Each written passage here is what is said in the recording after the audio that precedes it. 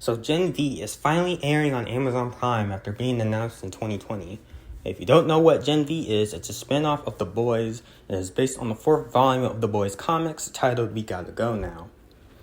Now, the one thing that is in question when it comes to this show, is it as good as The Boys or better? Well, it certainly does capture the same vulgar dark humor, graphic violence, and weirdly absurd moments that The Boys has had in its previous 3 seasons thus far, which makes it stand out from most superhero shows.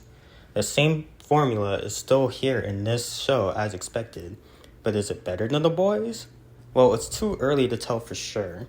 Then why am I making this video? Well, because I wanted to be the first to touch on this show before it's done airing. The plot is pretty much that of a conspiracy unraveling at this university that's for teenage superheroes of all that have hopes of joining the Seven after graduation. The premier superhero team owned by Vought that are the equivalent of the Justice League.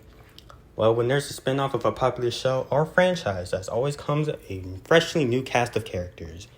And as far as that goes, you got a Blood Witch, Ant-Man with an eating disorder, Magneto, a person who can switch genders, Rogue, and this guy who's the brother of the equivalent of the Human Torch. The plot isn't as engaging as The Boys, but I think these characters carry a lot. The show is fairly character-driven as much as The Boys, as they make the plot move forward while also being likable. Bonds form in the show, and with that comes chemistry.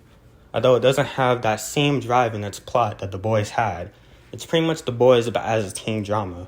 I won't spoil anything in this video if you haven't watched it yet, but I recommend you watch it to catch up on it.